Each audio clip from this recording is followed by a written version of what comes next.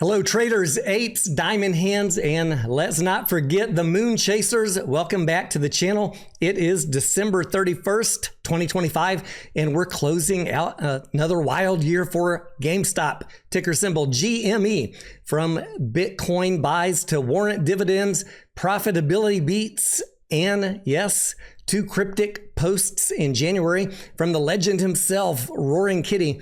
2025 was not, unfortunately, the infinity squeeze that some had dreamed of, but it wasn't the graveyard that shorts predicted either.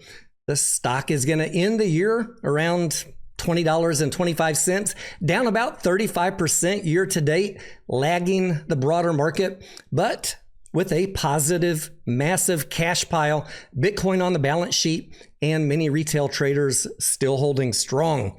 Today, we're breaking it all down, the highs, the lows, the financials, key events, and what it means holding GameStop into 2026.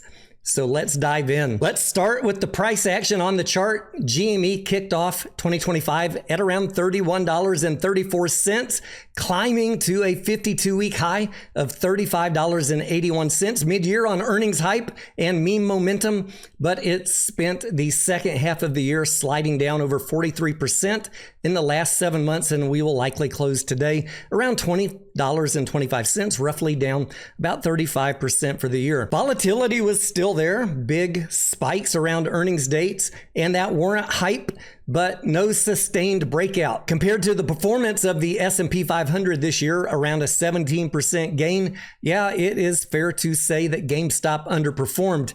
But remember, this is not your average stock. Billions in cash provide a highly liquid and solvent balance sheet, and with management continuing its focus on wringing out cost and improving margins on the retail side of the business, it's more like a meme-powered fortress, perhaps even a coiled spring, if you like that phrase. It's more like that than a dying retailer. Now let's talk fundamentals for a second, because the shorts like to say GameStop is a failing retailer, but the numbers tell a different and improving story. GameStop stayed profitable in 2025 with strong EPS beats. Q2 sales up 22% year over year to $972 million, a big profit jump. Q3 sales dipping 4.6% to $821 million, but with an EPS of 17 cents, crushing earnings estimates. Trailing 12-month revenue for GameStop around $3.8 billion,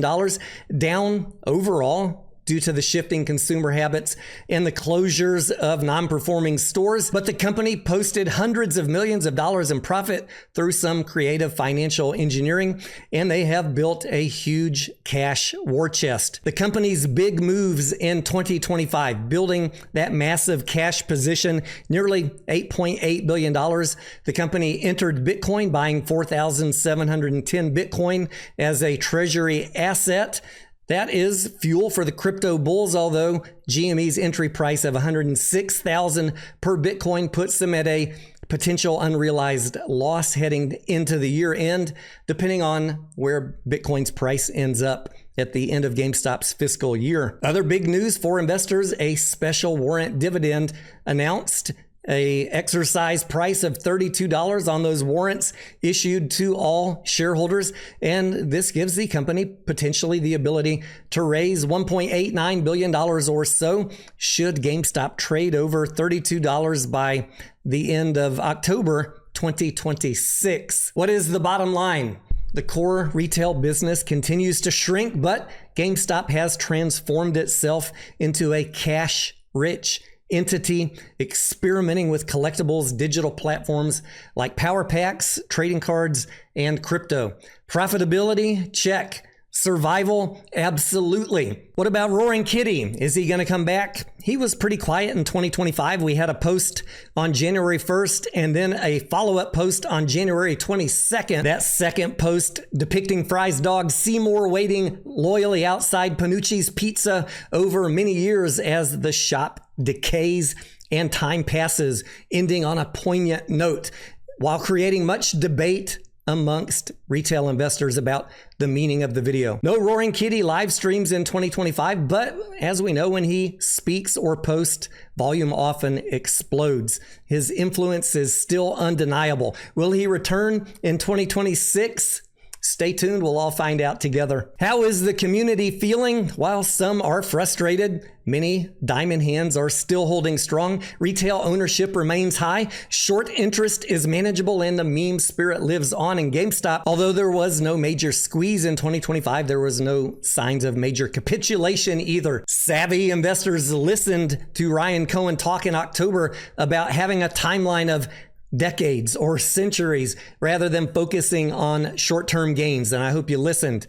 Heading into 2026, potential catalysts: Bitcoin price going up, possibly more Bitcoin accumulation, a real pivot in the business as cash is put to use, or perhaps even potentially adding almost $1.9 billion to the balance sheet should GameStop run up and all of the warrants get exercised. Will we see any of those catalysts, or are we just going to be stuck in 2026 with another year of ping-ponging volatility? The answers to that question will most likely depend on management execution, so strap in. GameStop proved it's not going bankrupt anytime soon, and with its cash hoard, it's got options, it's got choices, literally and figuratively.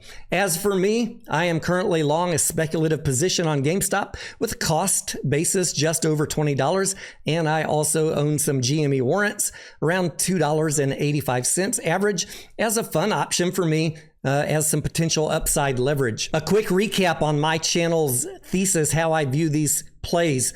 While speculative meme stock plays are fun, I want to maintain a diversified portfolio. I don't think you should be putting all of your eggs in one basket. And a well-balanced portfolio includes companies with a long history of growing revenues and growing earnings. A basket of short squeeze tickers or wrecked balance sheet tickers is not diversification. The second thing that I focus on, and I want to encourage you to focus on, is understand the motivations of management and lenders.